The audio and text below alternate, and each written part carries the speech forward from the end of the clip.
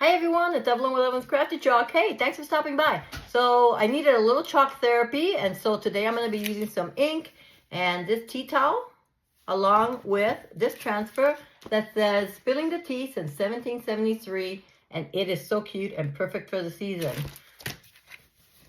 Let's do this.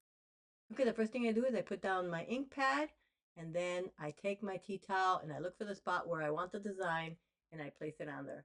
So this isn't very sticky pad, so I just make sure that it's nice and smooth so that I can then lay down my transfer on top of that.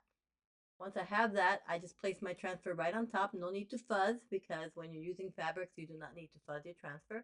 And then you run your fingers through it just to make sure that there are no bubbles.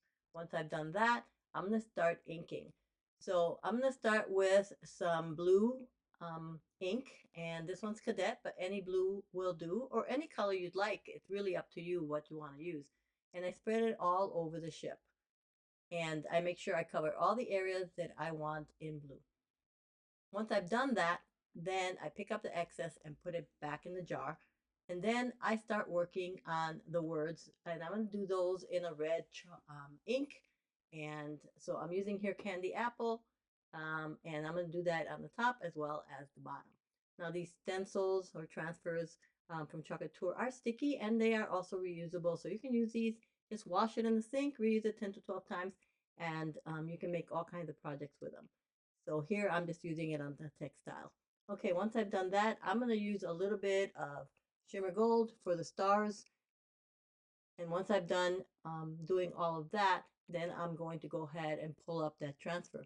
Before I do that, hey, you've been coming around. Don't forget to follow and subscribe, and go ahead and give me a like, and that would be awesome.